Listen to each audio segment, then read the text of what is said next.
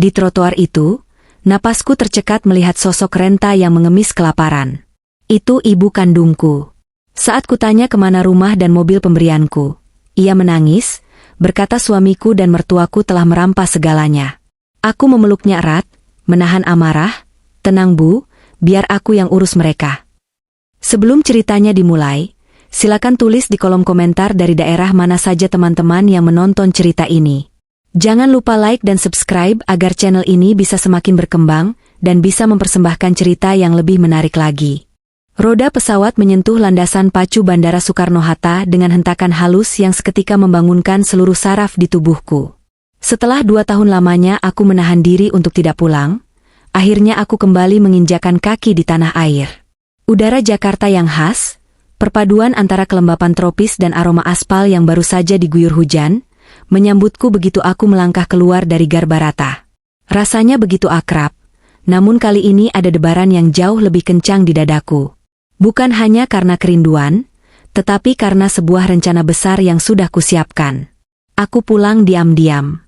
Tidak ada satu orang pun yang tahu, termasuk Rio, suamiku, maupun ibu kandungku yang sangat kucintai. Selama 2 tahun terakhir, aku bekerja mati-matian di Eropa, mengembangkan bisnis ekspor furnitur yang kini sukses besar. Aku rela menahan rindu, rela melewatkan hari-hari libur sendirian di apartemen yang dingin di pinggiran kota Paris, demi satu tujuan, memberikan kehidupan yang layak dan mewah bagi keluargaku di Indonesia. Setiap bulannya, tanpa pernah terlambat satu hari pun, aku mengirimkan uang sebesar 100 juta rupiah ke rekening Rio. Pesanku selalu sama setiap kali transfer itu berhasil. Gunakan untuk keperluan ibu, pastikan ibu makan enak, tidur nyenyak, dan belikan apapun yang ibu mau. Sisanya untuk tabungan kita. Aku tersenyum sendiri sambil mendorong troli koperku melewati kerumunan penjemput yang membawa papan nama. Rio pasti akan terkejut setengah mati. Aku membayangkan wajahnya yang akan melongo saat melihatku berdiri di depan pintu rumah kami yang megah. Lalu ibu, oh, aku sudah sangat rindu pada wanita tua itu. Rio selalu mengirimkan laporan bulanan lewat pesan singkat, mengatakan bahwa ibu hidup sangat bahagia. Katanya, ibu sekarang punya hobi baru berkebun di halaman belakang rumah baru yang kubelikan setahun lalu. Katanya, ibu sering diajak jalan-jalan ke mall dan makan di restoran mahal bersama ibu mertuaku. Membayangkan senyum ibu membuat rasa lelah akibat penerbangan belasan jam ini menguap seketika. Aku merogoh tas tanganku, mengambil ponsel pintar keluaran terbaru yang sengaja kubeli sebagai hadiah untuk Rio. Jariku menari di atas layar, menekan nomor kontak yang sudah sangat kuhafal di luar kepala. Nada sambung terdengar, 1 kali, 2 kali, 3 kali. Cukup lama sampai akhirnya suara berat yang sangat kurindukan itu terdengar di ujung sana. Halo? Elena, tumben telepon jam segini? Bukannya di sana masih dini hari? Suara Rio terdengar sedikit serak, namun ada nada gugup yang tertangkap oleh telingaku yang peka. Atau mungkin itu hanya perasaanku saja, karena aku sendiri sedang gugup ingin memberikan kejutan. Halo, sayang. Iya, aku terbangun dan tiba-tiba kangen banget sama kamu dan ibu. Ucapku dengan nada manja yang dibuat-buat, berusaha menahan tawa agar tidak membocorkan rahasiaku bahwa aku sebenarnya sudah ada di Jakarta. Aku melirik jam tangan, di Jakarta sudah pukul 8 malam. Kamu lagi apa? Ibu mana? Aku mau bicara sama ibu dong, kangen banget dengar suaranya. Ada jeda hening beberapa detik di seberang sana. Aku bisa mendengar suara musik samar-samar di latar belakang, dentuman bass yang ritmis, bukan suara televisi atau suasana rumah yang tenang. Keningku berkerut. Ah, itu, ibu sudah tidur. El, kasihan, tadi seharian kami jalan-jalan. Jawab Rio cepat, suaranya sedikit meninggi seolah berusaha menutupi suara latar belakang itu. Aku lagi di luar sebentar, cari angin di balkon villa. Kita lagi di puncak. Sayang. Udaranya segar banget di sini, ibu senang banget tadi lihat kebun teh. Makanya sekarang beliau tidur pulas karena kecapean tapi bahagia. Senyumku merekah mendengar penuturannya. Oh, ya? Syukurlah kalau ibu senang. Kamu memang suami terbaik, Rio. Terima kasih ya sudah menjaga ibu dengan sangat baik selama aku nggak ada. Ya sudah, jangan malam-malam tidurnya. Salam buat ibu besok pagi. Iya, sayang. Kamu juga istirahat lagi sana. Love you. ucap Rio buru-buru sebelum memutus sambungan telepon. Aku menatap layar ponsel yang kini gelap dengan perasaan campur aduk. Ada rasa hangat karena mendengar Rio begitu perhatian pada ibu, tapi ada juga rasa janggal yang menyelinap. Suara musik tadi, itu bukan suara musik dari radio mobil atau televisi di villa. Itu suara dentuman bass yang khas, jenis suara yang biasa kudengar di klub malam atau tempat hiburan. Namun, aku segera menepis pikiran buruk itu. Mungkin tetangga villa di puncak sedang mengadakan pesta. Aku tidak boleh berprasangka buruk pada suami yang sudah setia menungguku selama 2 tahun. Sambil menunggu taksi pesanan onlineku datang, iseng-iseng aku membuka aplikasi pelacak lokasi. Dulu, sebelum berangkat ke Eropa, aku dan Rio sepakat memasang aplikasi berbagi lokasi demi keamanan. Supaya aku tahu kamu aman di sana, dan kamu tahu aku aman di sini, kata Rio waktu itu dengan manis. Aku jarang mengeceknya karena percaya penuh padanya.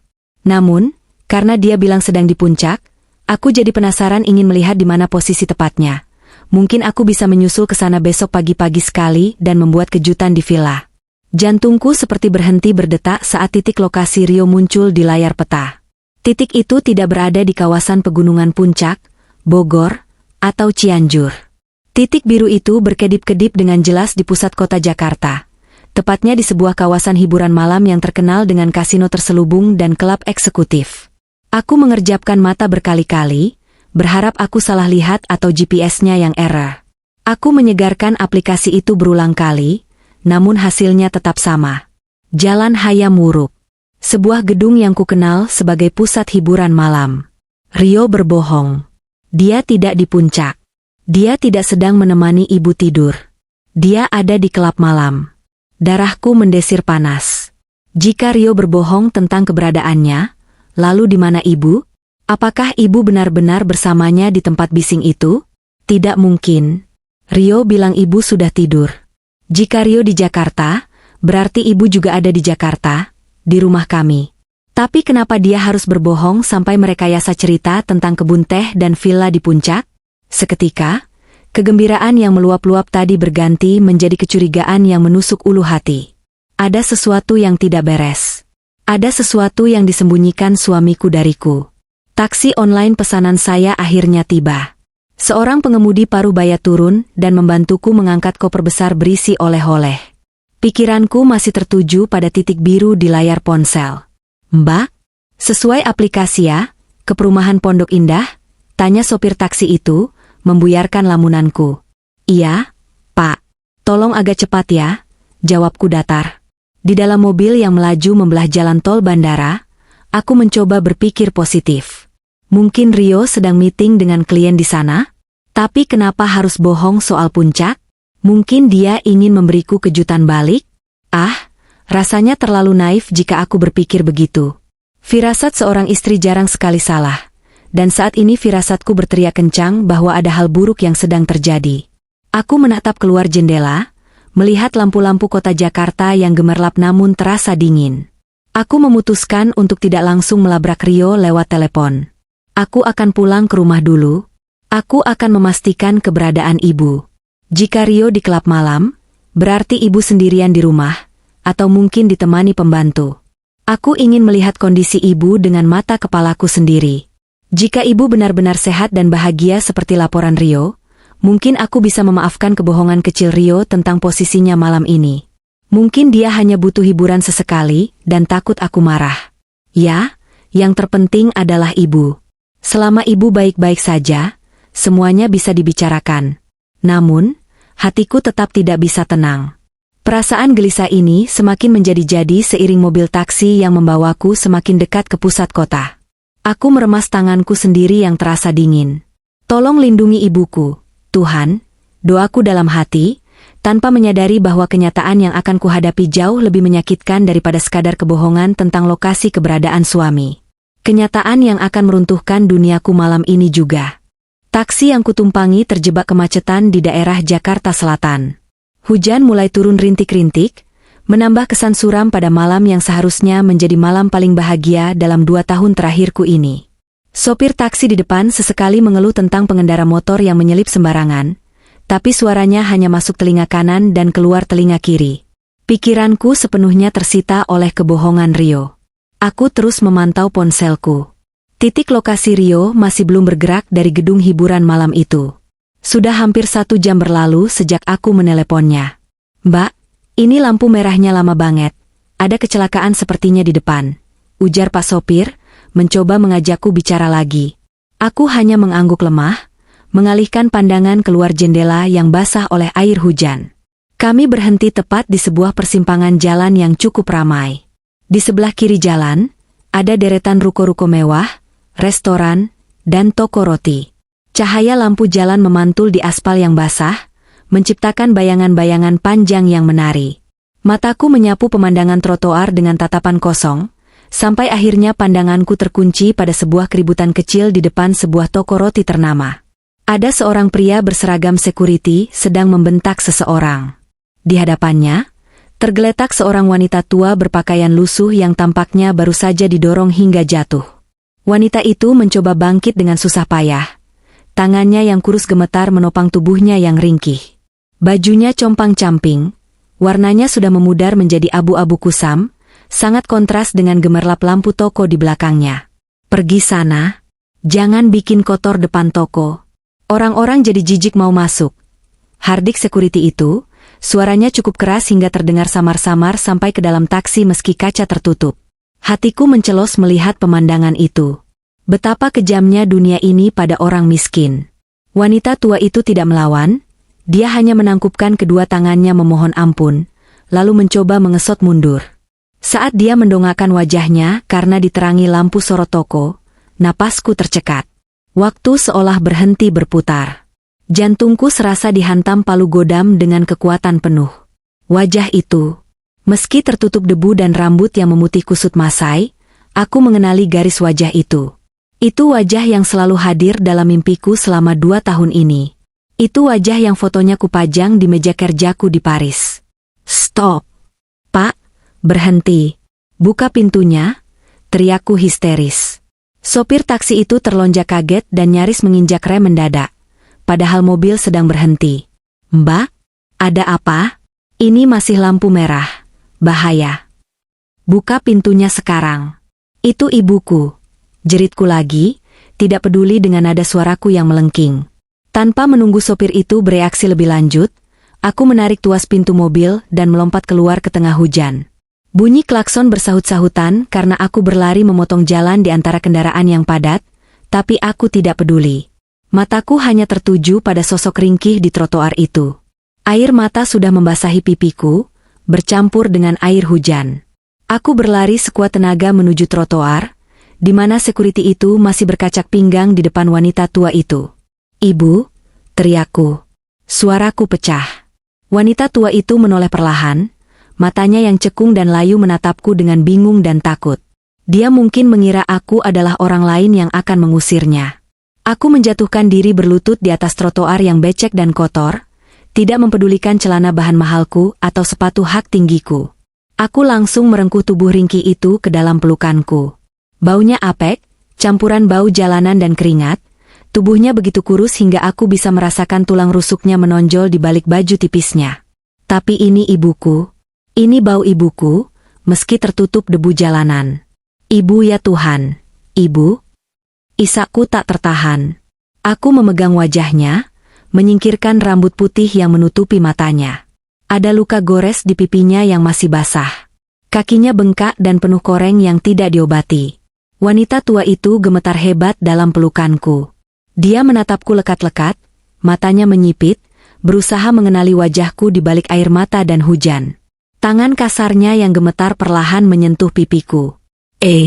Elena? Neng Elena?"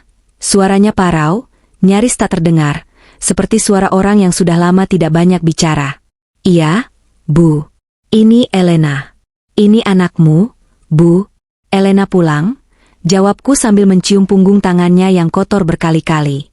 Hancur. Hatiku hancur sehancur-hancurnya. Di mana wanita gemuk yang sehat dan ceria yang kutinggalkan 2 tahun lalu?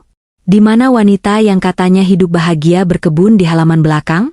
Kenapa ibuku menjadi pengemis di pinggir jalan seperti ini?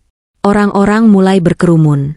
Mereka menatap aneh melihat seorang wanita muda berpenampilan sosialita, dengan tas bermerek dan pakaian rapi, memeluk seorang pengemis dekil di trotoar sambil menangis meraung-raung.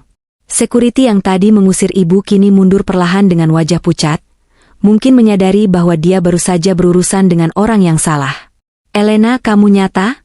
tanya ibu lirih, air mata mulai mengalir dari sudut matanya yang keriput. "Ibu kira ibu sudah mati dan ketemu kamu di surga. Ibu lapar, Neng. Ibu lapar sekali."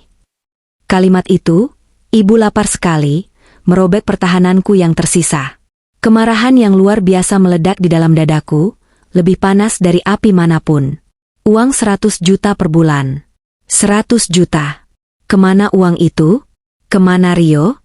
Kemana janji manis suaminya yang bilang akan menjaga ibu?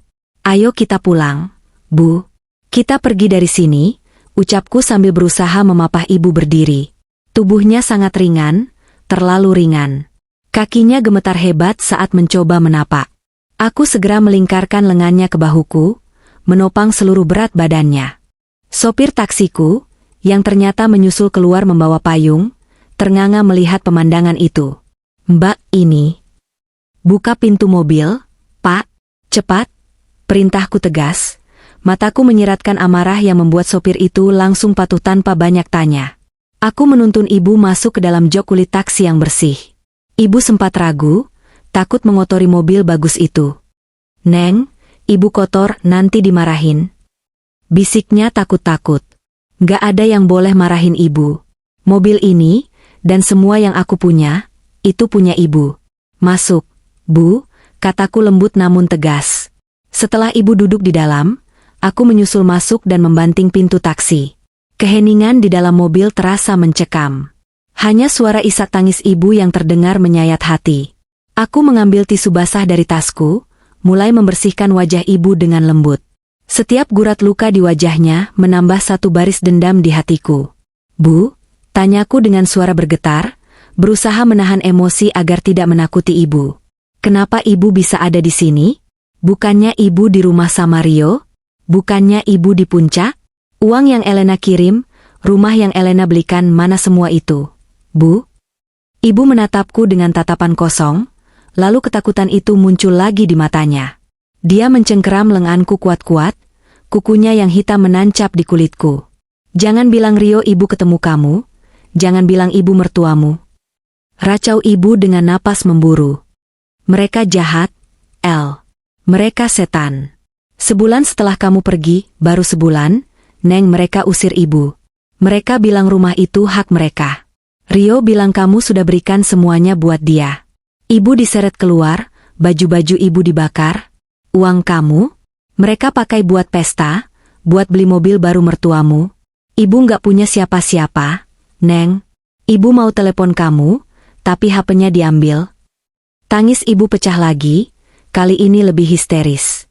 "Ibu tidur di emperan toko, makan sisa orang. Ibu nunggu kamu pulang, Neng. Ibu berdoa tiap malam biar bisa lihat kamu sekali lagi sebelum ibu mati." Aku memeluk ibu erat-erat, membiarkan dia menangis di dadaku. Tanganku mengepal begitu kuat hingga bukuku memutih. Rahangku mengeras. Jadi selama ini aku dibodohi.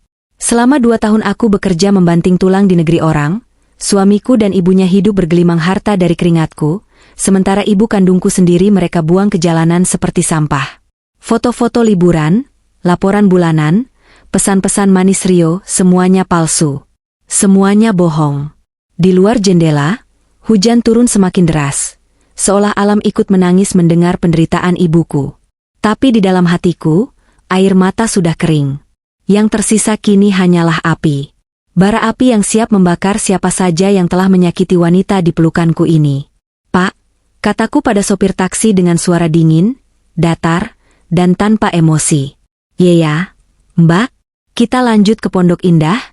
tanya sopir itu gugup. "Tidak," jawabku tajam. "Aku tidak akan membawa ibu pulang ke neraka itu sekarang. Belum saatnya. Aku harus menyusun rencana. Aku harus memastikan ibu aman dan sehat dulu sebelum aku menghancurkan mereka. Antar kami ke Hotel Mulia Senayan. Dan tolong mampir sebentar di apotek terdekat." Aku menatap ibu yang mulai tenang dalam pelukanku karena kelelahan. Kuusap kepalanya dengan kasih sayang. Tunggu pembalasanku, Rio. Tunggu pembalasanku, ibu mertua. Kalian pikir aku wanita bodoh yang bisa kalian tipu selamanya? Kalian baru saja membangunkan harimau tidur. Aku tidak akan sekadar menceraikanmu, Rio. Aku akan membuatmu menyesal pernah dilahirkan ke dunia ini. Lampu kristal di lobi Hotel Mulia Senayan berpendar hangat, sangat kontras dengan badai yang berkecamuk di dalam dadaku. Resepsionis menatapku dengan campuran rasa hormat dan kebingungan. Bagaimana tidak? Aku, Elena, pelanggan VVIP yang biasa check-in dengan setelan blazer rapi dan koper Louis Vuitton, kini berdiri di hadapannya dengan rambut lepek terkena hujan, mata bengkak, dan memapa seorang wanita tua yang kondisinya lebih mirip pengemis daripada tamu hotel bintang 5. Bau apek yang menguar dari baju ibu membuat beberapa tamu lain menutup hidung dengan sopan namun menyinggung, tapi aku menatap mereka dengan tajam, seolah menantang siapapun yang berani mengeluarkan satu kata hinaan. Presidential Suite. Sekarang. Dan panggilkan dokter terbaik yang bisa datang malam ini juga. Ibuku butuh pertolongan medis. Perintahku sambil melempar kartu kredit hitamku ke meja marmer. Petugas itu sigap. Tanpa banyak bertanya, ia memproses semuanya. Dalam hitungan menit, kami sudah berada di dalam lift kaca yang membawa kami menjauh dari tatapan orang-orang. Di dalam lift, ibu terus menunduk, gemetar, dan meremas tanganku. Neng, ini hotel mahal. Ibu kotor, nanti kasurnya rusak. Bisik ibu, suaranya begitu kecil, menyiratkan betapa rasa percaya dirinya telah dihancurkan hingga titik nadir. Aku menangkup wajah ibu, memaksanya menatapku. Bu, dengerin Elena. Hotel ini, bahkan kalau Elena harus beli hotel ini sekarang juga, Elena mampu. Uang Elena itu uang ibu. Nggak ada yang kotor. Ibu adalah ratu di sini. Sesampainya di kamar yang luas dan mewah, aku langsung membawa ibu ke kamar mandi.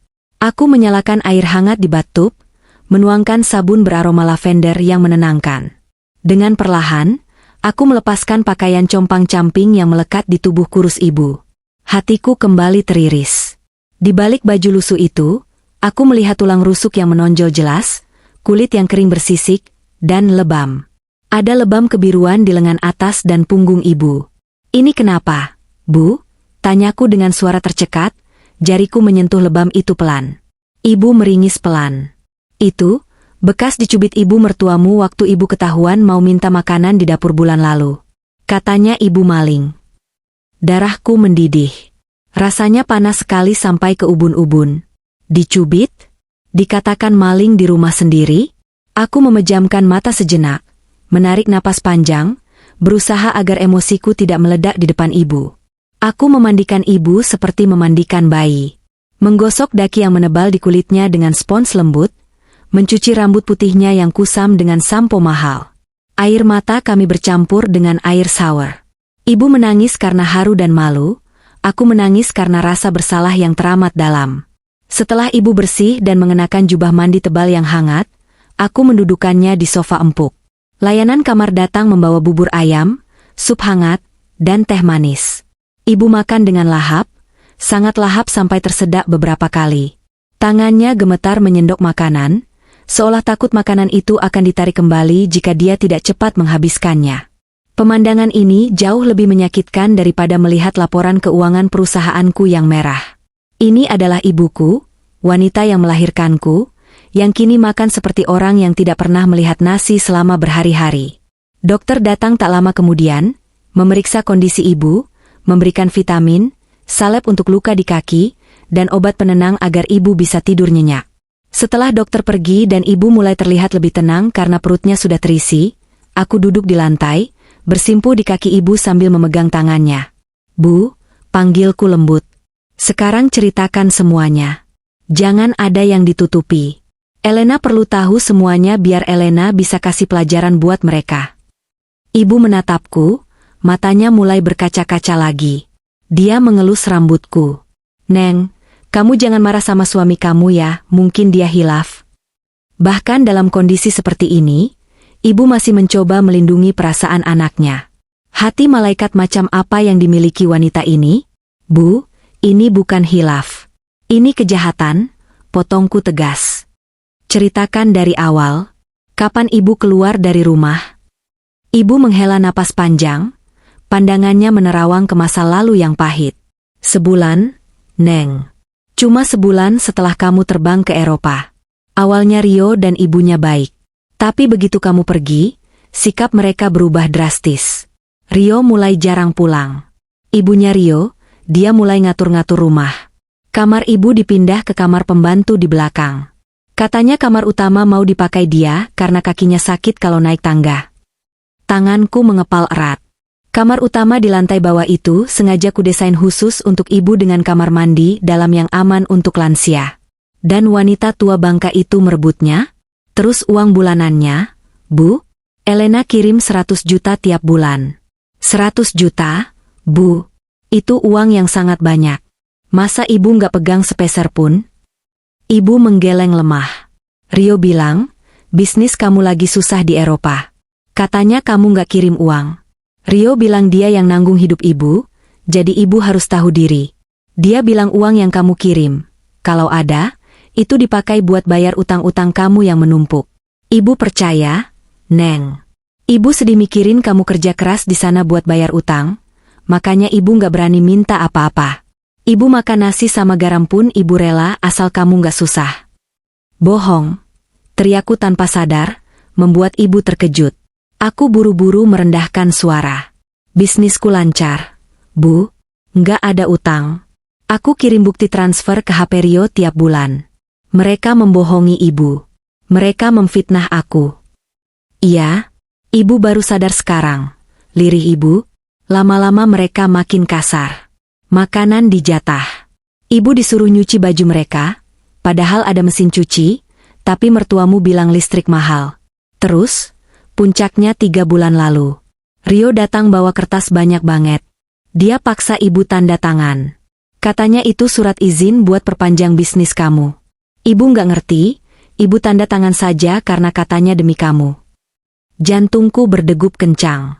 Surat apa, Bu? Entahlah. Tapi seminggu setelah itu, mertuamu bilang rumah itu sekarang sudah atas nama Rio. Ibu diusir. Mereka seret ibu keluar malam-malam pas hujan. Ibu mau bawa baju saja nggak boleh. Rio bilang, pergi sana, cari anakmu yang nggak berguna itu. Jangan balik lagi ke sini. Ini rumahku.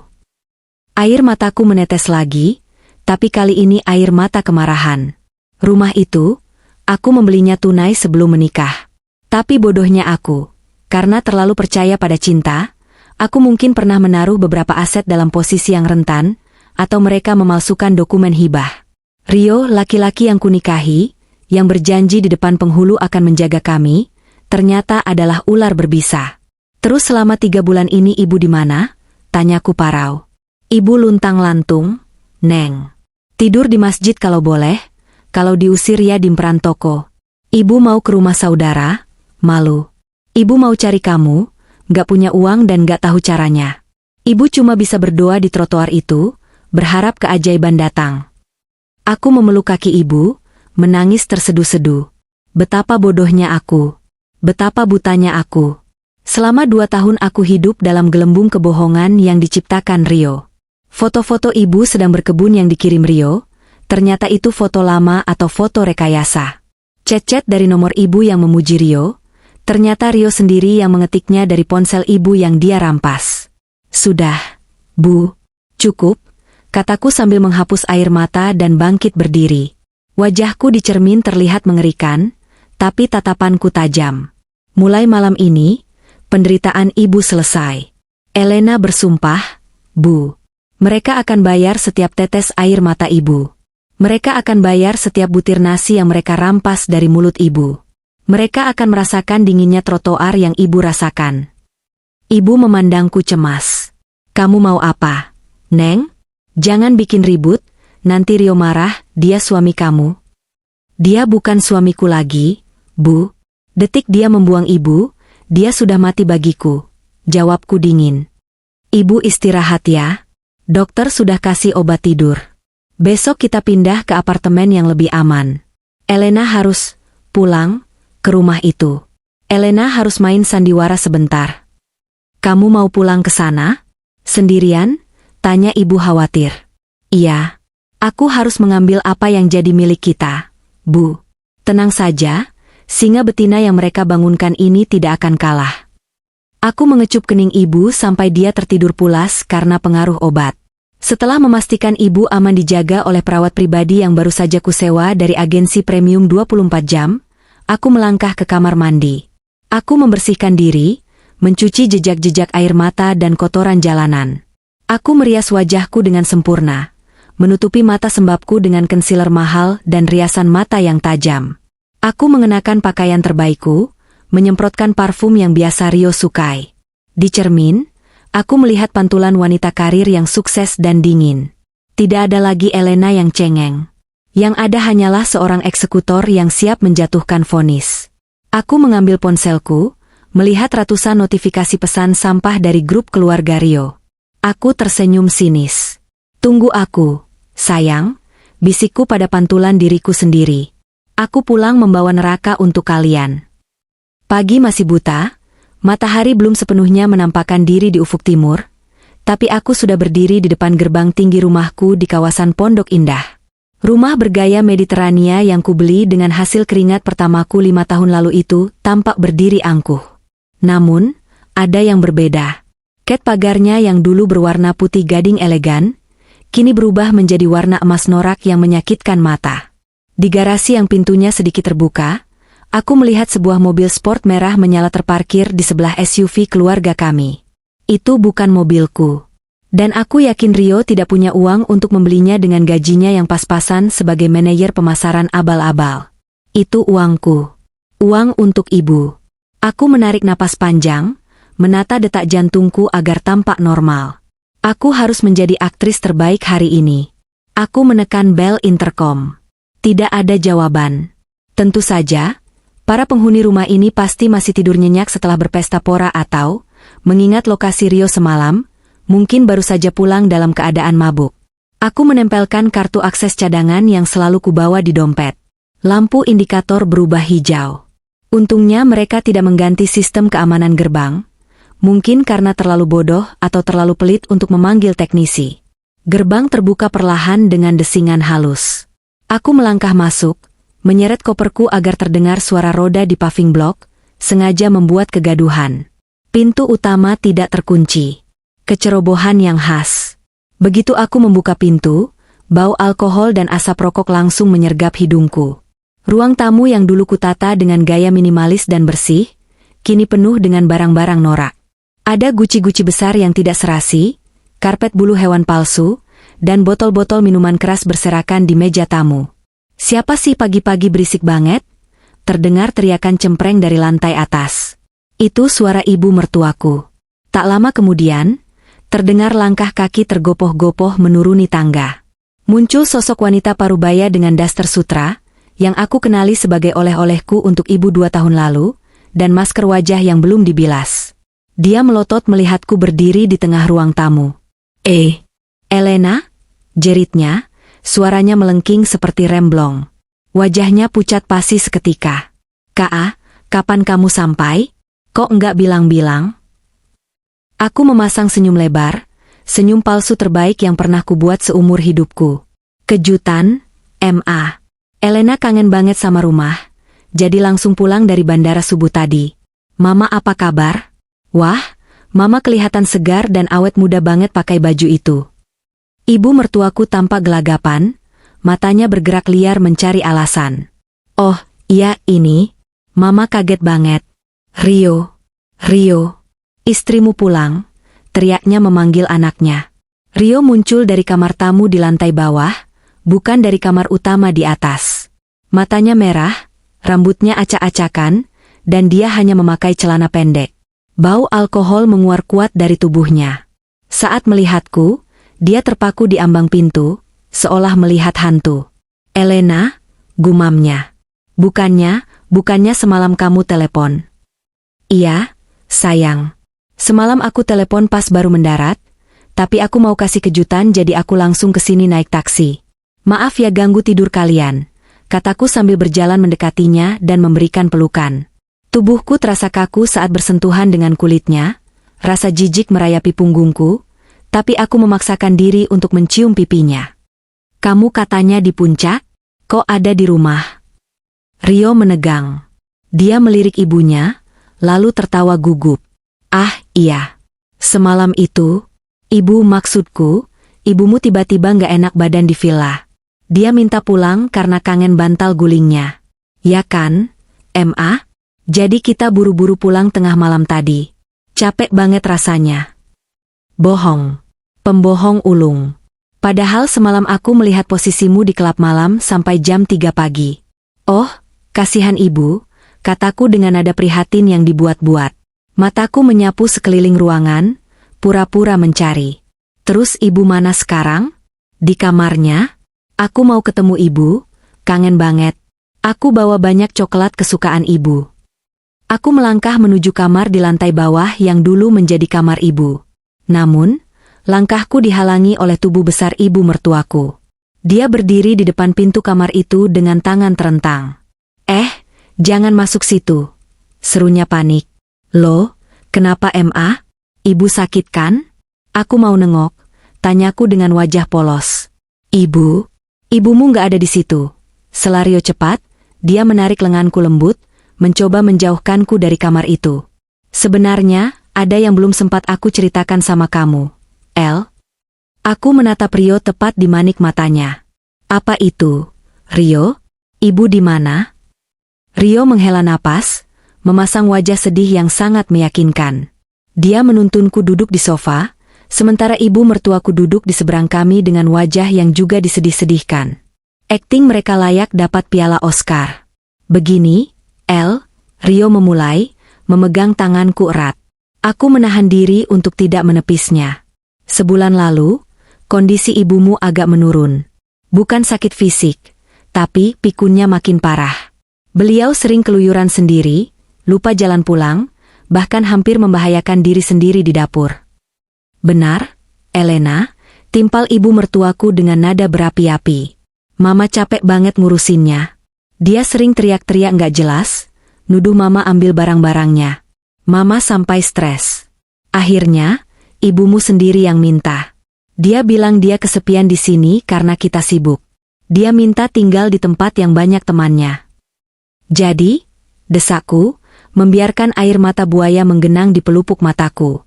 Kalian bawa ibu kemana? Panti Jompo Graha Lansia, jawab Rio mantap. Itu panti jompo paling elit, El. Fasilitasnya kayak hotel bintang 5. Ada dokternya, ada tamannya, banyak kegiatan. Kami turuti karena kami sayang sama ibu. Biayanya mahal loh, tapi aku pakai uang tabungan kita demi kenyamanan ibu. Aku terdiam. Hening menyelimuti ruangan itu. Dadaku sesak menahan tawa sekaligus amarah. Panti jompo elit? Padahal kalian membuangnya di trotoar seperti sampah. Kalian pakai uang tabungan untuk ibu? Mobil merah di depan dan tas Hermes palsu yang tergeletak di meja itu, menjelaskan kemana larinya uangku. Kenapa kalian gak bilang aku? Tanyaku lirih, berpura-pura kecewa. Kami gak mau ganggu konsentrasi kerjamu. Sayang, ujar Rio lembut, mengusap pipiku. Kamu kan lagi sibuk ekspansi bisnis. Kami pikir, biar kami yang urus masalah domestik. Kamu cukup fokus cari uang saja. Nanti kalau kamu sudah istirahat, besok atau lusa kita jenguk ibu ya. Besok atau lusa? Ulangku. Kenapa nggak sekarang? Kamu kan baru sampai. Istirahat dulu dong. Lagian di panti itu jam jenguknya ketat. Hari ini nggak bisa, lagi ada acara internal panti. Kilah ibu mertua cepat.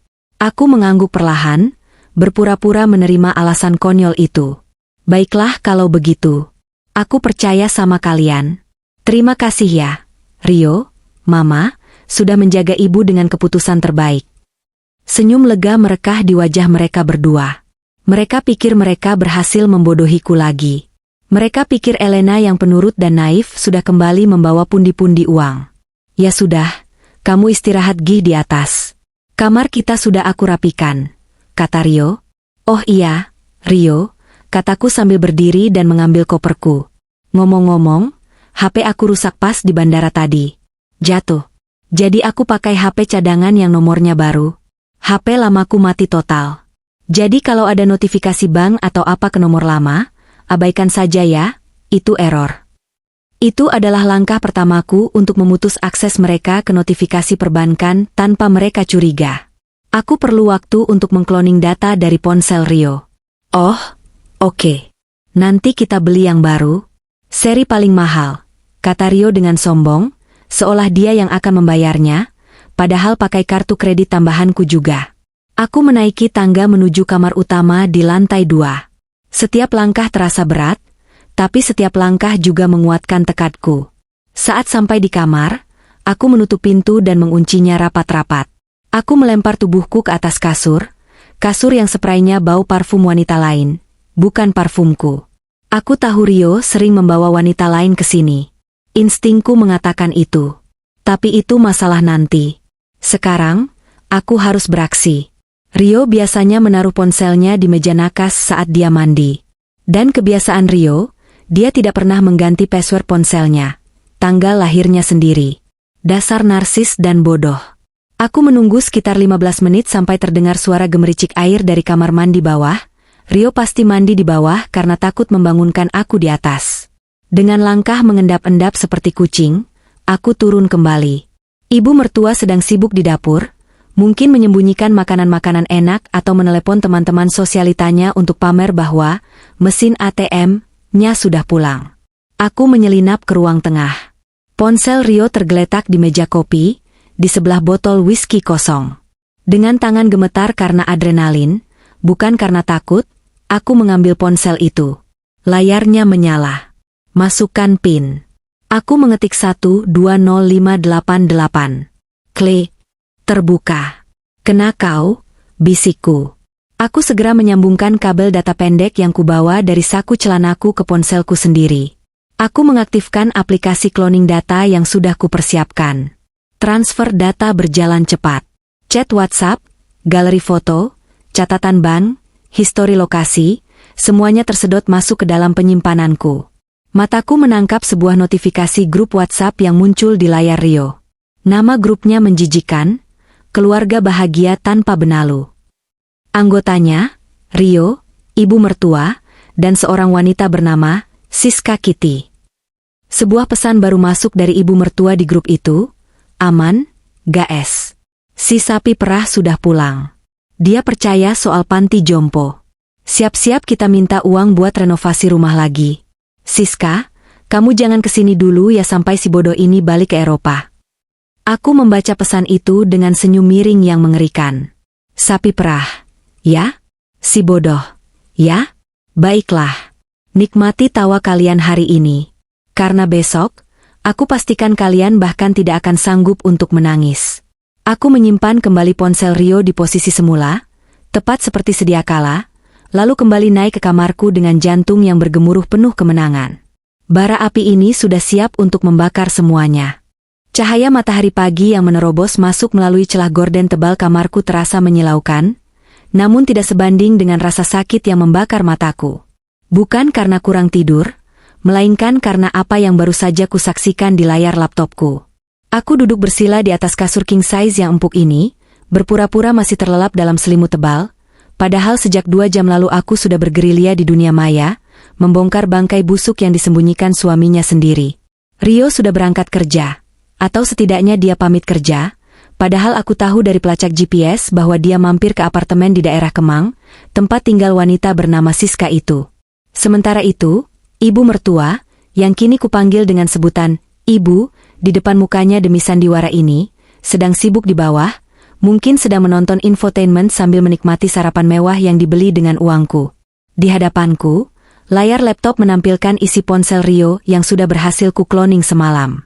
Folder demi folder kubuka dengan tangan gemetar menahan amarah. Rasanya seperti menguliti bawang, semakin dalam aku mengupas, semakin perih mataku dibuatnya. Pertama, aku membuka grup WhatsApp laknat bernama Keluarga Bahagia Tanpa Benalu.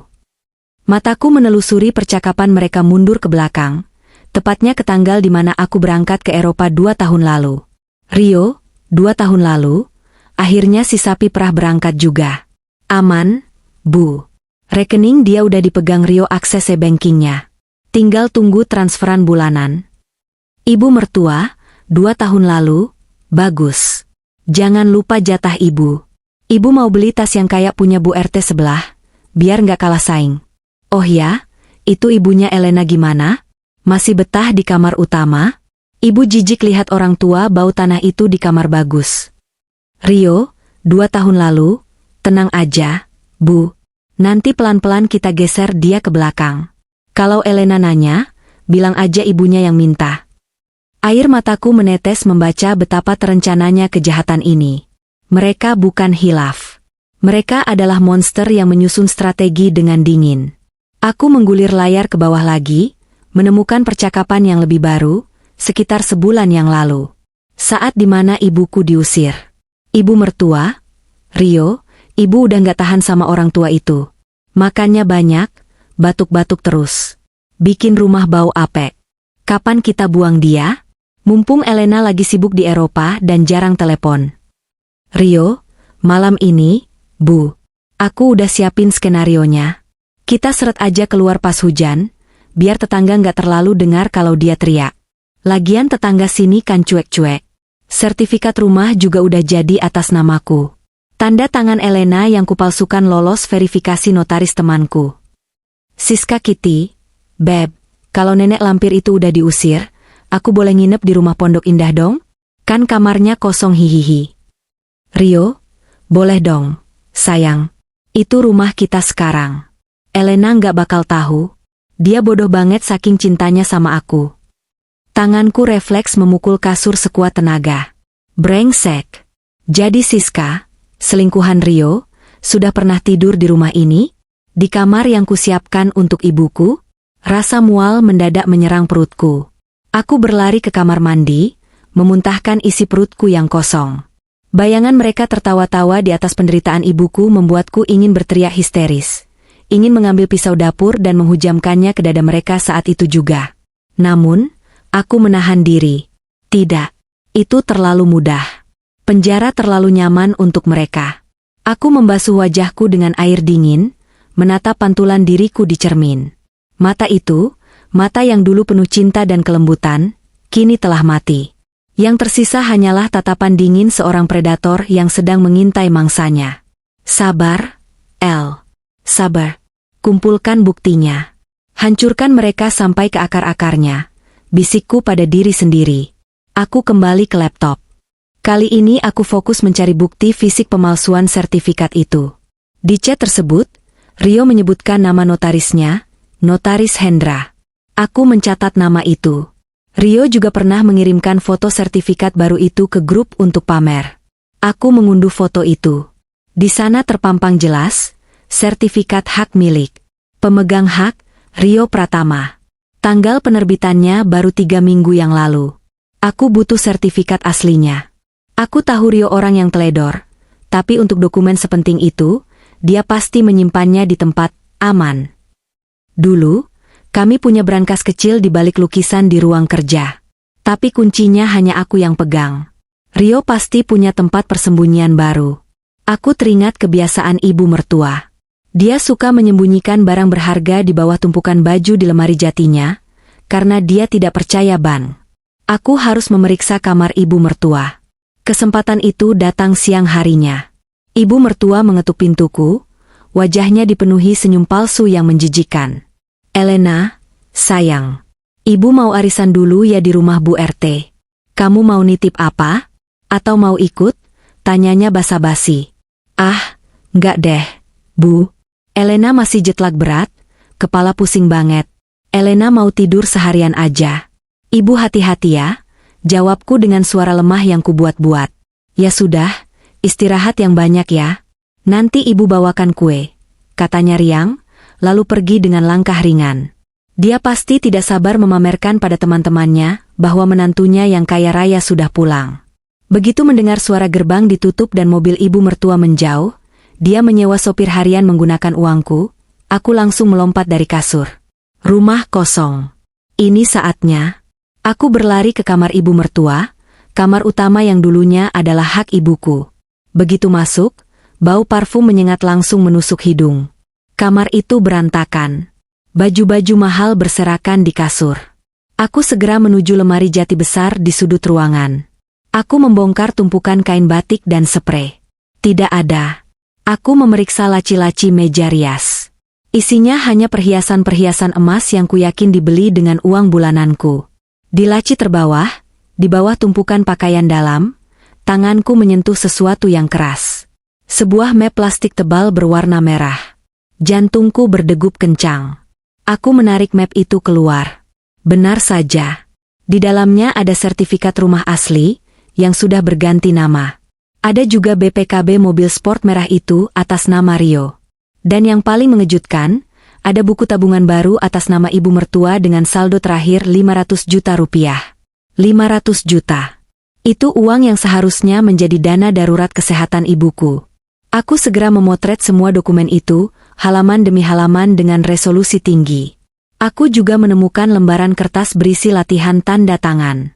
Ada berlembar-lembar kertas di mana Rio mencoba meniru tanda tanganku. Ini bukti telak. Bukti premeditasi kejahatan. Bodoh. Kalian benar-benar kriminal amatir, desisku.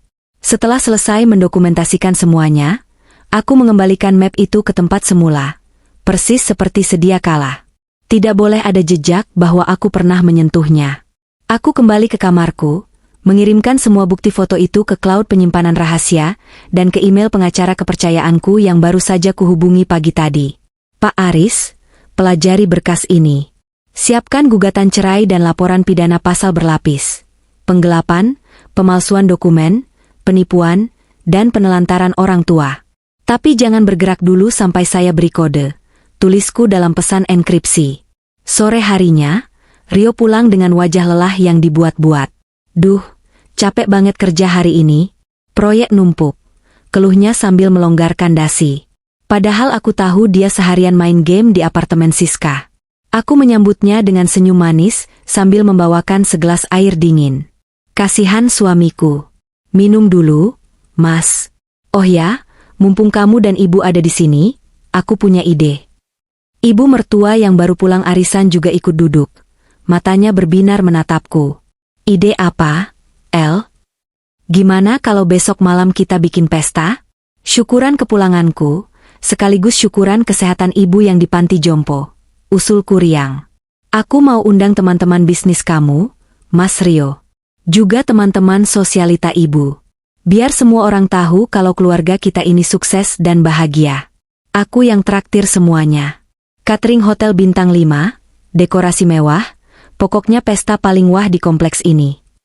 Mata ibu mertua membelalak lebar, keserakahan terpancar jelas di sana. Wah, setuju banget. Ibu mau undang geng arisan ibu biar mereka ngiri.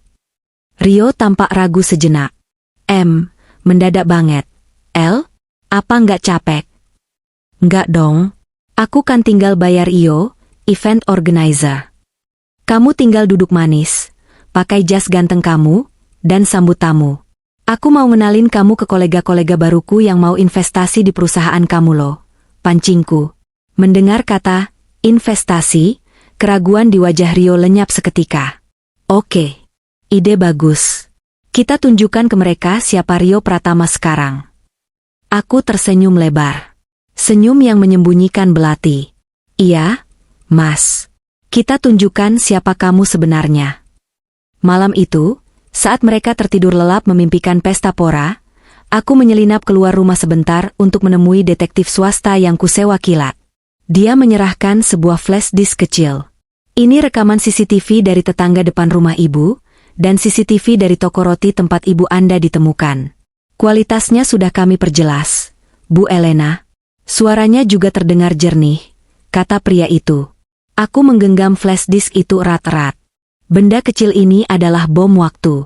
Dan besok malam, di tengah pesta yang mereka banggakan, aku akan meledakkannya tepat di wajah mereka. Halaman rumah kami yang luas telah disulap menjadi venue pesta taman yang megah. Tenda-tenda dekoratif berwarna putih dan emas berdiri anggun, dihiasi ribuan bunga mawar segar yang didatangkan langsung dari Lembang. Lampu-lampu kristal gantung berkelip di antara pepohonan, menciptakan suasana magis yang menipu mata. Para pelayan berseragam rapi berlalu lalang membawa nampan berisi canape caviar, wagyu bites, dan gelas-gelas champagne mahal. Aku berdiri di balkon lantai 2, menatap keramaian di bawah.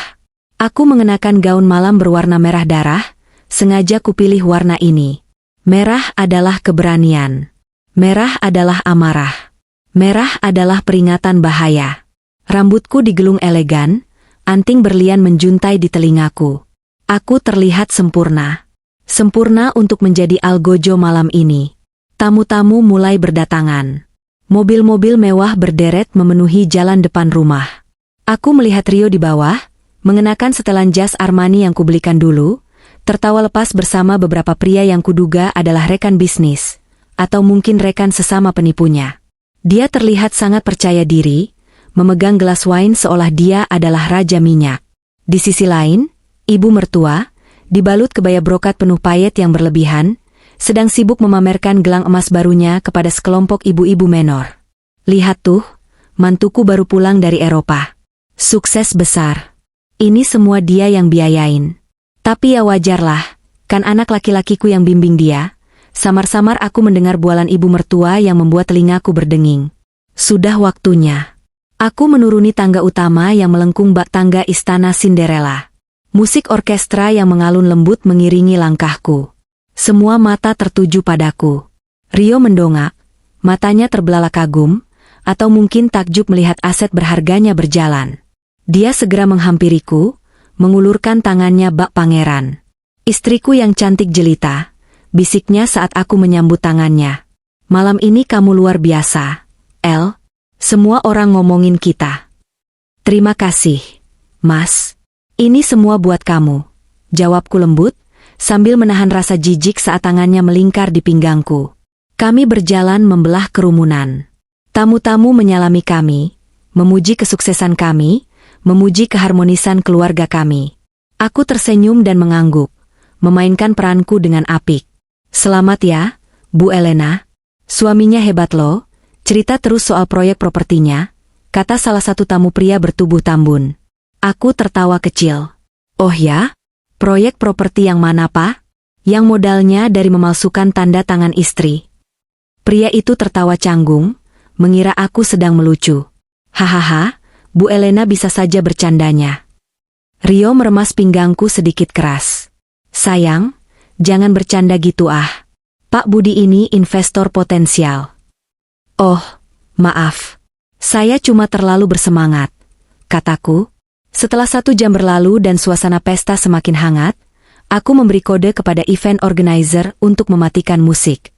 Sudah saatnya acara puncak. Aku naik atas panggung kecil yang didirikan di ujung taman, di samping layar LED raksasa yang sedari tadi menampilkan slideshow foto-foto pernikahanku dan Rio, foto-foto masa lalu yang kini terasa seperti sampah visual bagiku. Rio dan ibu mertua berdiri di barisan paling depan, wajah mereka berseri-seri menunggu pujian. Selamat malam semuanya, sapaku melalui mikrofon. Suaraku bergema jernih, menghentikan semua percakapan. Malam ini adalah malam yang istimewa bagi saya. Setelah 2 tahun berjuang di negeri orang, saya kembali ke rumah ini. Rumah yang penuh dengan kejutan, ujarku, memberikan penekanan pada kata terakhir. Tepuk tangan sopan terdengar. Rio tersenyum bangga, melambaikan tangan ke arah penonton. Banyak yang bilang, di balik kesuksesan istri, ada 2 suami dan ibu mertua yang tulus. Benar begitu, Mas Rio? Ibu? Tanyaku, menatap mereka tajam. Betul sekali, sayang. Seru Rio dari bawah panggung, tanpa rasa malu sedikit pun. Karena itulah, sebagai bentuk rasa terima kasih saya yang tak terhingga kepada suami saya tercinta dan ibu mertua saya yang luar biasa, saya ingin mempersembahkan sebuah video spesial. Video yang merangkum apa yang sebenarnya terjadi selama saya tidak ada. Rio tampak bingung sejenak. Mungkin dia mengira aku membuat video kompilasi ucapan rindu. Ibu mertua menyenggol lengan Rio sambil tersenyum lebar. Pasti video liburan kita, Rio. Silakan disaksikan, kataku sambil mundur selangkah. Lampu taman diredupkan. Layar LED raksasa di belakangku menyala terang. Namun, bukan musik romantis yang terdengar, melainkan suara gemerisik hujan yang terekam CCTV, disertai suara bentakan kasar. Gambar di layar menunjukkan teras rumah ini. Tanggal yang tertera di pojok video adalah sebulan yang lalu. Kualitas videonya sangat jelas karena sudah direstorasi. Di layar, terlihat pintu depan terbuka kasar. Sosok Rio menyeret seseorang keluar. Seseorang itu adalah ibuku, ibu kandungku. Tubuhnya yang tua terhuyung-huyung jatuh ke lantai teras yang basah. Hening. Suasana pesta yang tadinya riuh mendadak sunyi senyap. Gelas berdenting jatuh di kejauhan. Suara Rio di video terdengar menggelegar lewat speaker pesta. Keluar lu, nenek tua. Gue udah muak liat muka lu. Rumah ini punya gue sekarang. Lalu muncul sosok ibu mertua di video. Dia menendang tas pakaian ibuku ke halaman yang becek. Pergi sana. Jangan balik lagi. Nyusahin aja. Makan tidur gratisan. Dasar benalu. Bilang sama anakmu si Elena, dia udah gak punya hak di sini. Di dunia nyata, wajah Rio berubah pucat pasi, seputih kertas. Mulutnya menganga, tapi tidak ada suara yang keluar. Ibu mertua memegang dadanya, matanya melotot seolah mau copot melihat kekejamannya sendiri diputar di layar 4x4 meter. Video berganti skene. Kini rekaman CCTV dari toko roti. Terlihat ibuku, dengan baju compang-camping, mengais sisa makanan di tong sampah depan toko. Lalu dia duduk di trotoar, menggigil kedinginan. Orang-orang di pesta mulai berbisik-bisik. Suara, astaga, dan biadab mulai terdengar dari kerumunan tamu. Video berlanjut ke momen saat aku menemukan ibu. Momen aku memeluknya di aspal, dan suara ibu yang terekam jelas berkata, Rio dan ibunya usir ibu. Mereka bilang rumah ini hak mereka. Uang kamu dipakai foya-foya. Video berakhir. Layar menjadi hitam. Hanya menyisakan tulisan putih besar. Inikah balasan untuk pengorbanan seorang istri dan anak? Lampu taman kembali menyala terang. Menyorot wajah-wajah tamu yang kini menatap Rio dan ibunya dengan tatapan jijik, marah, dan menghakimi. Tamu-tamu sosialita ibu mertua mundur menjauh seolah dia adalah penyakit menular. Aku kembali maju ke mikrofon. Wajahku datar, tanpa air mata, hanya ada ketegasan yang mematikan. Ibu mertua, panggilku dingin. Katanya ibu saya di panti jompo elit? Panti jompo yang mana yang menyediakan fasilitas tidur di trotoar dan makan dari tong sampah. Ibu mertua gemetar hebat, kakinya lemas hingga dia terduduk di rumput. Dia mencoba bicara, tapi suaranya tercekat. Elena itu video editan. Itu fitnah. Teriaknya histeris, mencoba menyangkal fakta yang terpampang nyata. Aku mengalihkan tatapanku pada Rio yang kini keringat dingin bercucuran di pelipisnya. Dan kamu, Rio Pratama. Suamiku yang soleh dan setia. Apa perlu saya putar juga video CCTV apartemen Kemang? Atau chat mesra kamu dengan Siska tentang rencana menceraikan saya setelah semua aset saya kamu rampas? Rio maju selangkah, mencoba meraih panggung. Elena, dengerin aku dulu. Kita bisa bicarakan ini baik-baik. Jangan permaluin aku di depan kolega. Kamu yang mempermalukan dirimu sendiri. Bentakku, suaranya menggema ke seluruh penjuru taman. Kalian menikmati hidup mewah di atas penderitaan ibuku. Kalian makan enak sementara ibuku kelaparan. Kalian pikir saya bodoh? Kalian pikir saya tidak akan tahu? Aku mengambil tumpukan kertas dari balik podium, salinan sertifikat palsu dan bukti transfer. Aku melemparkannya ke udara, membiarkan kertas-kertas itu berhamburan menghujani Rio seperti konfeti kegagalan. Mulai detik ini, pesta selesai. Tapi pertunjukan yang sebenarnya baru akan dimulai, kataku lantang. Nikmati makanan kalian, tuan-tuan dan nyonya-nyonya. Karena sebentar lagi, tuan rumah kalian ini akan berganti baju menjadi baju tahanan. Seolah sudah dikomando, sirene polisi terdengar meraung-raung mendekati gerbang rumah. Aku tersenyum miring. Aku tidak main-main saat berkata aku akan mengurus mereka. Malam ini, pesta pembongkaran ini adalah akhir dari hidup mereka, dan awal dari kebangkitanku. Taman belakang rumah mewah itu kini tak lagi terasa seperti pesta perayaan, melainkan sebuah arena pengadilan jalanan yang brutal. Layar LED raksasa di belakangku sudah padam, menyisakan kegelapan yang pekat, namun bayangan video CCTV tadi, saat ibuku diseret seperti binatang, masih tercetak jelas di ingatan setiap orang yang hadir. Keheningan yang sempat mencekam kini pecah menjadi keriuhan yang tak terkendali. Suara gelas pecah, bisik-bisik yang berubah menjadi cemoohan terang-terangan, dan tatapan jijik dari para tamu undangan menusuk Rio dan ibunya dari segala arah. Rio berdiri terpaku di depan panggung, wajahnya yang tadi sombong dan penuh percaya diri kini hancur berantakan. Dia tampak seperti patung lilin yang meleleh di bawah sorotan lampu taman yang panas.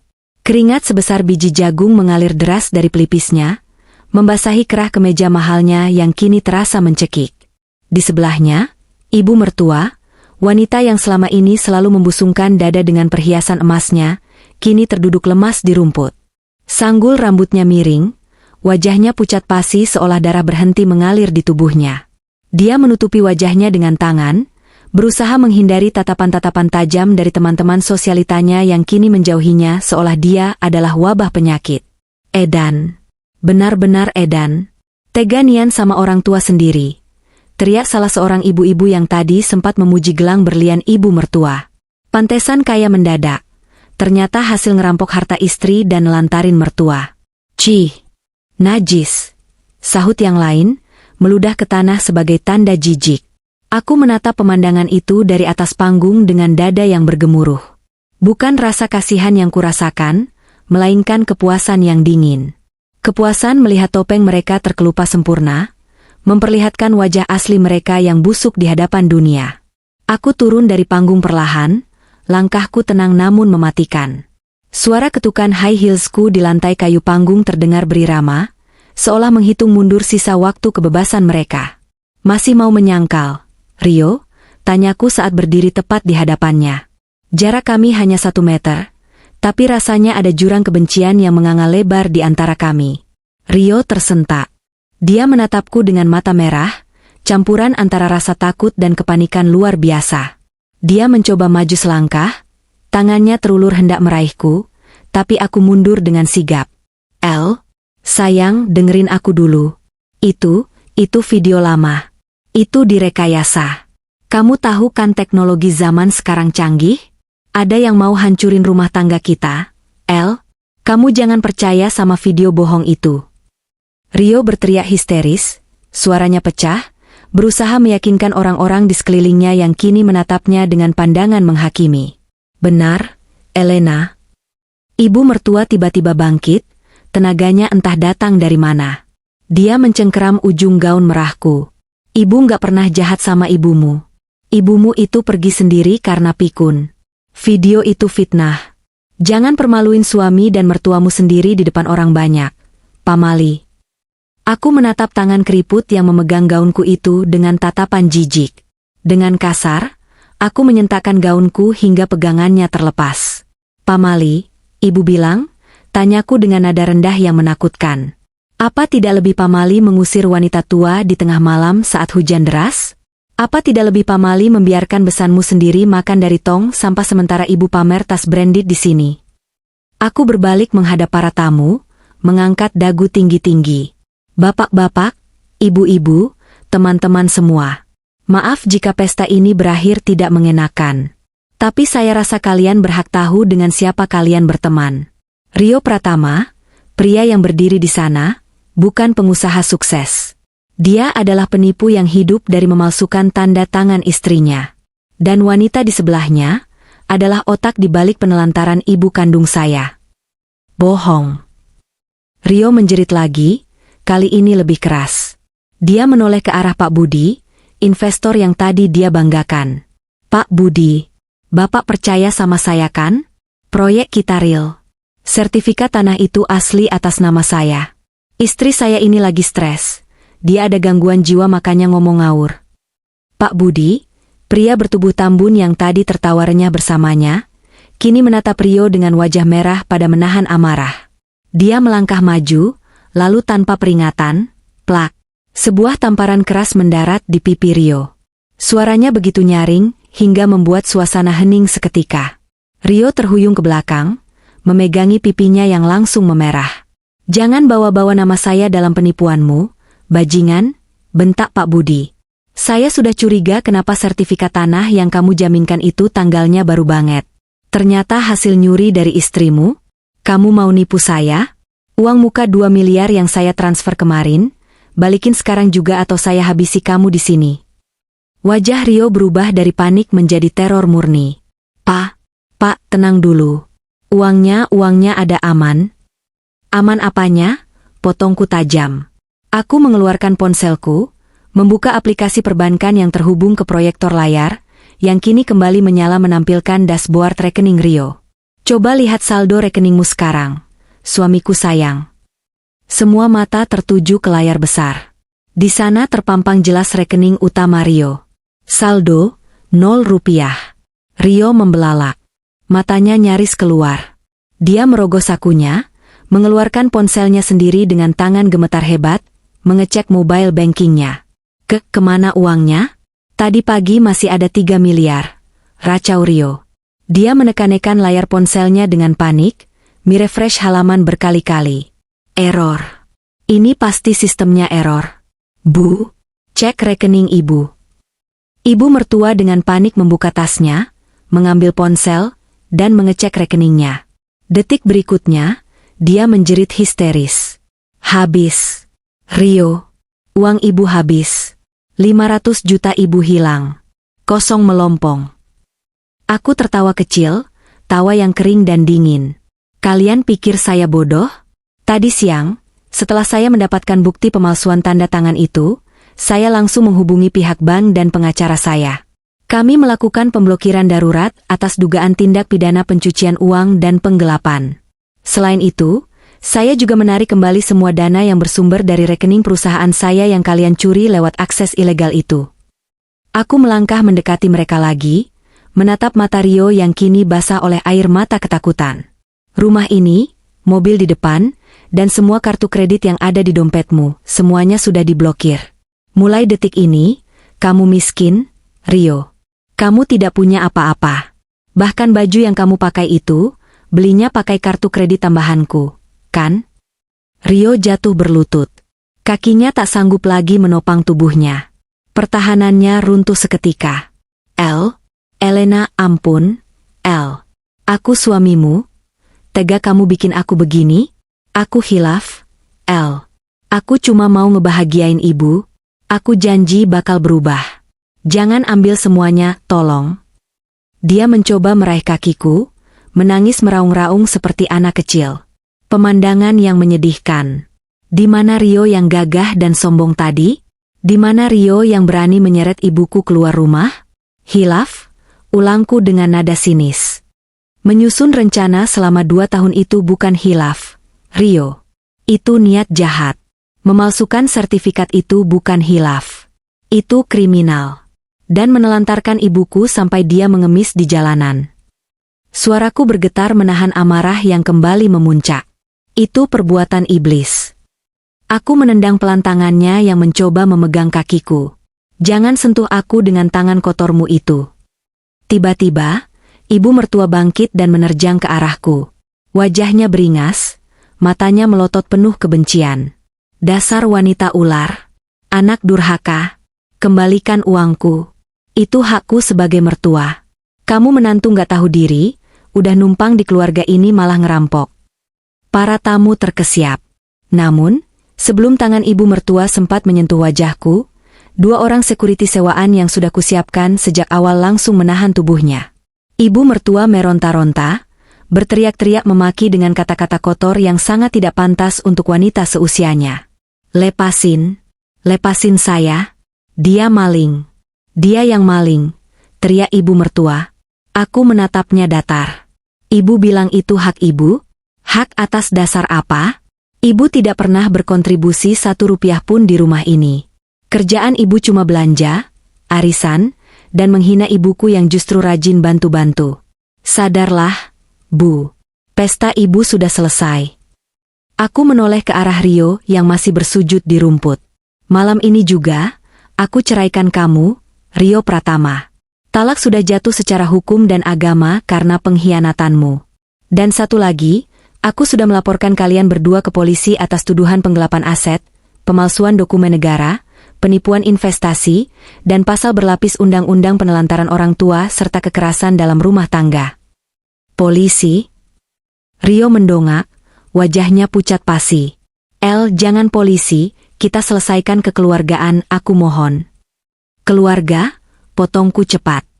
Keluarga mana yang kamu maksud? Keluargamu yang membuang ibuku? Atau grup WhatsApp, keluarga bahagia tanpa benalu, bersama selingkuhanmu itu? Mendengar itu, Rio terdiam 1000 bahasa. Dia tahu, aku sudah tahu semuanya. Tidak ada lagi rahasia. Tidak ada lagi jalan keluar. Tamu undangan sekalian, kataku lantang, mengakhiri drama ini. Silakan nikmati hidangannya jika masih selera. Atau silakan pulang jika merasa jijik. Tapi saya sarankan kalian tetap di sini sebentar lagi. Karena pertunjukan penutup yang sesungguhnya baru saja akan tiba. Di kejauhan, suara sirene yang meraung-raung semakin mendekat, membelah malam yang penuh ketegangan itu. Cahaya biru dan merah mulai memantul di tembok pagar rumah yang tinggi. Polisi datang. Keadilan datang. Dan aku, Elena, berdiri tegak di tengah kehancuran mereka, merasa lebih hidup dari sebelumnya. Aku melihat ke arah balkon lantai 2, membayangkan ibuku sedang beristirahat dengan tenang di hotel, dan berbisik dalam hati, ini baru permulaan, Bu. Mereka akan membayar lebih mahal dari sekadar uang. Raungan sirene berhenti tepat di depan gerbang utama yang terbuka lebar. Suasana pesta yang tadinya riuh oleh cemoohan kini berubah menjadi hening yang mencekam. 3 mobil patroli polisi masuk ke area halaman rumah, lampu rotatornya yang menyilaukan menyapu wajah-wajah para tamu yang menyingkir ketakutan. Para petugas berseragam lengkap, beberapa membawa senjata laras panjang, turun dengan sigap. Langkah kaki mereka yang berderap di atas paving blok terdengar, seperti dentuman palu godam bagi Rio dan ibunya. Seorang perwira polisi dengan pangkat balok emas di pundaknya melangkah maju mendekati kerumunan. Wajahnya tegas, matanya menyapu area pesta sebelum akhirnya terkunci pada sosok Rio yang masih berlutut lemas dan ibu mertua yang dipegangi security. Selamat malam. Kami dari Polres Jakarta Selatan, suara perwira itu berat dan berwibawa. Kami mencari saudara Rio Pratama dan saudari Ratna Ningsih. Rio gemetar hebat, air kencing merembes membasahi celana bahan mahalnya, menciptakan noda gelap yang memalukan. Dia tidak sanggup menjawab. Mulutnya terkunci rapat oleh ketakutan. Itu mereka, Pak, kataku sambil menunjuk Rio dan ibunya tanpa ragu. Mereka orang yang Bapak cari. Perwira itu mengangguk padaku, lalu memberi isyarat pada anak buahnya. Tangkap mereka. 4 orang petugas langsung bergerak cepat. 2 orang menarik Rio berdiri dengan kasar. Rio meronta lemah, menangis seperti bayi. Pak, saya nggak salah. Pak, ini salah paham. Istri saya ngeperan. Pak, tolong. Klik. Bunyi logam dingin yang mengunci pergelangan tangan Rio terdengar begitu renyah di telingaku. Itu adalah suara terindah yang pernah kudengar malam ini. Borgol itu membelenggu tangan yang pernah memukul ibuku, tangan yang pernah memalsukan tanda tanganku. Rio meraung, memohon-mohon pada Pak Budi, pada teman-temannya, tapi mereka semua membuang muka. Tak ada satupun yang mau membela seorang penipu yang tega membuang mertuanya sendiri. Sementara itu, di sisi lain, penangkapan ibu mertua berlangsung lebih dramatis. Wanita tua itu menjerit-jerit histeris, menendang-nendang polisi yang mencoba memborgolnya. Lepasin. Saya orang kaya. Saya punya banyak uang. Kalian gak tahu siapa saya? Saya laporin kalian semua, teriaknya dengan suara parau. Kebaya mahalnya robek di bagian lengan karena dia memberontak. Riasan wajahnya luntur oleh air mata dan keringat, membuatnya tampak seperti badut yang menyeramkan. Ibu Ratna, Anda ditahan atas dugaan penipuan, penggelapan, dan kekerasan terhadap lansia. Anda punya hak untuk diam, tapi apapun yang Anda katakan akan kami catat sebagai bukti, ujar polisi itu dingin sambil menyeretnya paksa menuju mobil patroli. Elena, tolong ibu. Elena, kamu anak durhaka kalau biarin mertuamu di penjara. Elena, teriakannya memilukan, tapi hatiku sudah membeku. Aku hanya menatapnya datar, menyilangkan tangan di dada. Saat Rio digiring melewati aku, dia berhenti sejenak. Matanya menatapku dengan tatapan putus asa yang dalam. El, tolong, aku suamimu. Aku mencondongkan tubuhku sedikit, berbisik tepat di telinganya. Mantan suami. Dan nikmatilah hotel barumu. Semoga kasurnya sempuk trotoar tempat ibuku tidur. Polisi mendorongnya masuk ke dalam mobil. Pintu dibanting tertutup. Di dalam mobil, Rio dan ibunya terlihat terus menangis dan memukul-mukul kaca jendela, tapi tak ada yang peduli. Mobil patroli itu pun melaju pergi, membawa serta sampah-sampah masyarakat itu keluar dari hidupku untuk selamanya. 6 bulan kemudian, proses hukum berjalan lebih cepat dan lebih kejam dari yang mereka bayangkan. Dengan bukti-bukti telak yang kuberikan, rekaman CCTV, dokumen palsu, mutasi rekening, dan kesaksian para tetangga, pengacara Rio tidak bisa berbuat banyak. Apalagi setelah Pak Budi dan beberapa investor lain ikut melaporkan Rio atas kasus penipuan bisnis miliaran rupiah. Rio benar-benar habis. Sidang putusan bulan lalu menjadi berita nasional. Rio divonis 12 tahun penjara karena akumulasi kasus penipuan dan pemalsuan dokumen. Sementara ibu mertua, wanita tua yang sombong itu, divonis 5 tahun penjara karena terbukti turut serta dalam penggelapan dan tindak kekerasan penelantaran orang tua. Namun, hukuman terberat bagi mereka bukanlah penjara, melainkan kejatuhan total. Semua aset yang mereka klaim, rumah, mobil, perhiasan, disita oleh negara dan bank untuk mengganti kerugian para korban penipuan Rio, termasuk mengganti uangku yang mereka curi. Karena utang Rio ternyata jauh lebih besar dari aset yang ada, mereka dinyatakan pailit. Bangkrut total. Aku sendiri sudah resmi bercerai dari Rio sebulan setelah kejadian itu. Aku menjual rumah, neraka, di Pondok Indah itu. Aku tidak sudi tinggal di sana lagi, terlalu banyak kenangan buruk. Uang hasil penjualan rumah itu, ditambah tabunganku, kugunakan untuk membeli sebuah rumah asri di pinggiran Bogor yang sejuk, dengan halaman luas untuk ibu berkebun. Sore ini, langit Jakarta mendung gelap. Aku sedang berada di dalam mobilku, melintasi kawasan Pasar Baru untuk mengurus beberapa dokumen yayasan. Tiba-tiba, mataku menangkap pemandangan yang membuatku meminta sopir memelankan laju mobil.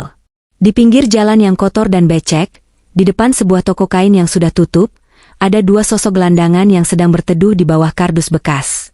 Pakaian mereka lusuh, compang-camping, dan kulit mereka hitam karena debu jalanan. Itu Rio dan ibunya. Rupanya, mereka mendapat pembebasan bersyarat sementara atau penangguhan penahanan kota karena alasan kesehatan dan overcapacity lapas. Aku dengar selentingan kabar itu dari pengacara. Namun karena semua aset disita dan tidak ada saudara yang mau menampung, mereka benar-benar hidup di jalanan sambil menunggu proses banding yang sia-sia. Aku menurunkan kaca jendela mobil sedikit. Jarak kami cukup dekat. Aku bisa melihat kondisi mereka dengan jelas. Rio, yang dulu gagah dengan jas Armani, kini kurus kering. Matanya cekung, rambutnya panjang tak terurus. Dia sedang mengais sisa nasi bungkus dari tong sampah. Ironis, persis seperti yang dilakukan ibuku dulu. Di sebelahnya, ibu mertua duduk bersandar di tembok toko. Kakinya bengkak penuh koreng. Dia merintih-rintih memegangi perutnya. Rio, ibu lapar minta makan. Rengek wanita tua itu. Suaranya lemah, persis suara ibuku saat kutemukan dulu. Rio menoleh dengan wajah beringas, lalu membentak ibunya sendiri. Berisik. Diam lu tua bangka. Gara-gara lu manjain gue, kita jadi begini. Kalau lu nggak nyuruh gue usir ibunya Elena, kita masih hidup enak sekarang. Ini semua salah lu. Dasar anak nggak tahu diuntung. Nyesel gue ngelahirin lu, balas ibunya sambil memukul Rio dengan botol plastik bekas. Mereka bertengkar, saling memaki, saling menyalahkan di tengah hujan gerimis, memperebutkan sisa makanan basi.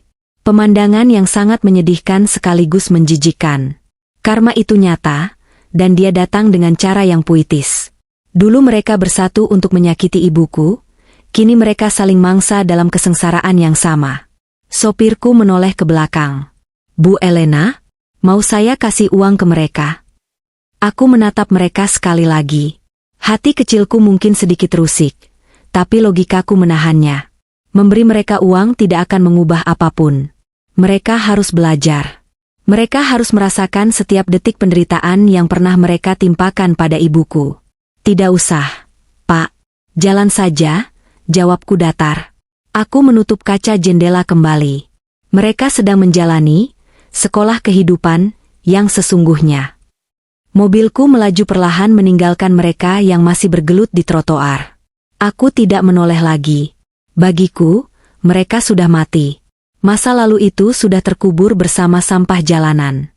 1 jam kemudian, aku sampai di rumah baruku di Bogor. Udara sejuk langsung menyambutku. Di halaman depan, aku melihat pemandangan yang membuat hatiku hangat. Ibuku, yang kini sudah gemuk dan sehat, sedang duduk di kursi roda, kakinya masih dalam terapi pemulihan tapi sudah jauh lebih baik.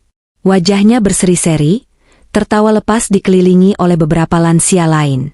"Ibu," panggilku sambil berlari kecil menghampirinya. Ibu menoleh, matanya berbinar. "Elena, anakku sayang sudah pulang." Aku memeluk ibu erat. Baunya kini wangi sabun bayi dan minyak telon, bukan bau jalanan lagi. "Lagi ngapain, Bu?" "Seru banget," tanyaku sambil mencium pipinya. "Ini loh, ibu lagi cerita sama teman-teman baru. Tentang anak ibu yang hebat, yang bikin Yayasan Kasih Lansia, ini buat kami semua," kata ibu bangga sambil menepuk tanganku. "Ya, uang hasil penjualan rumah Pondok Indah itu sebagian besar kugunakan untuk membangun yayasan panti jompo gratis bagi lansia terlantar. Rumah baruku ini sekaligus menjadi markas yayasan. Aku tidak ingin ada orang tua lain yang merasakan apa yang dirasakan ibu." "Bu," kataku lembut sambil berjongkok di hadapannya, memegang tangannya yang hangat. "Elena sayang banget sama ibu.